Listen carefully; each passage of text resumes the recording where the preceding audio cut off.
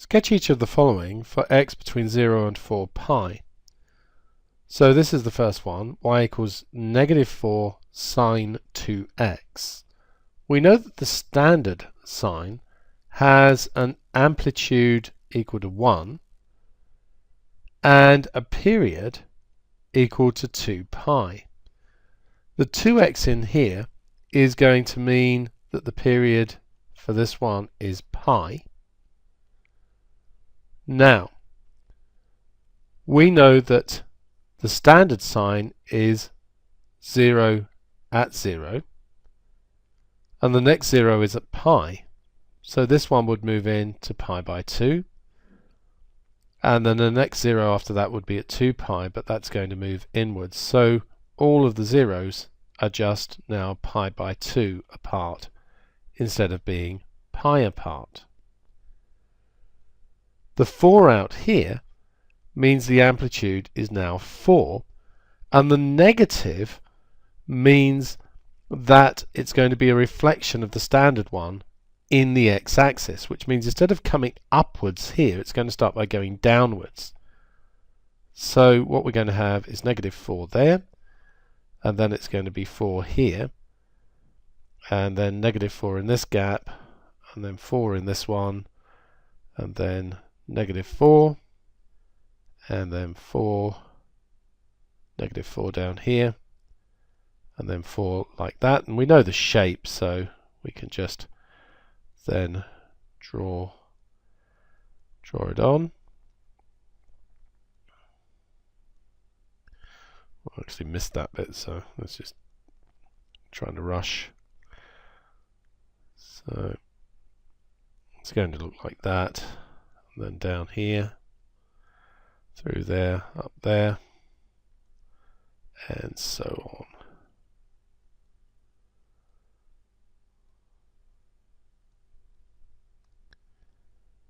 Y is equal to cot 0.5x.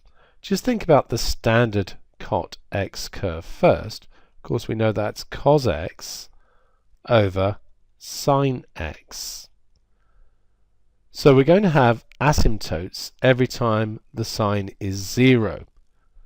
Now for the standard curve, that would be at 0, then pi, then 2 pi, then 3 pi, and then 4 pi.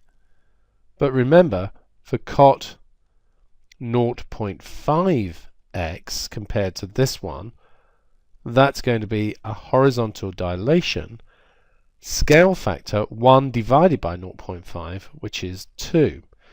So for sine 2x, those zeros are going to be at 0, 2 pi and 4 pi. So our asymptotes will be here, and then at 2 pi, and then at 4 pi.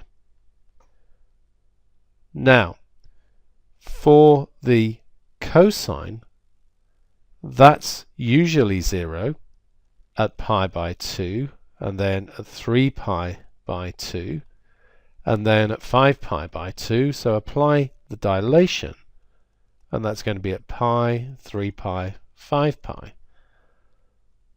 So pi, 3 pi, obviously 5 pi is outside of the range we're looking at. Now, if we think about tan of 0.5x just for a second, then think about 0.5x being pi by 4. That means that x is actually equal to pi by 2. So at pi by 2, the tan would take the value 1, because we know tan pi by 4 is 1. So that means also that the cot, being 1 over tan, must be 1. So it's going to go through this point, and as soon as we see that, we can see it will go through that point. It's going to go through that point. It's going to go through that point, and we know the behavior up here is going to be like so. So it's going to come through there, down there like so, and then it will just repeat itself here Remember, for the standard curve, the period is pi, and so now the period is 2 pi. So now we have negative cosec x take 1. That's negative 1 over sine x take away 1. There's no phase shift, so we're going to have asymptotes every time sine x is 0. So we'll have an asymptote here, vertical asymptote here, and here, and here, and here.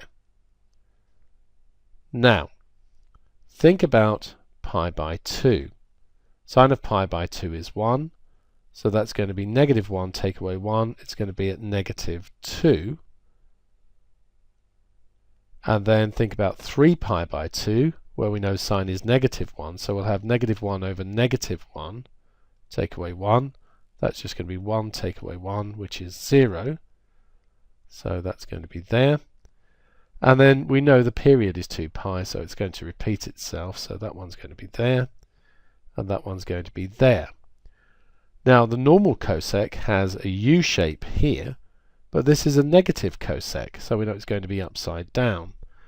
So this must go like this. And then this one should go like this. And then we know it's just going to repeat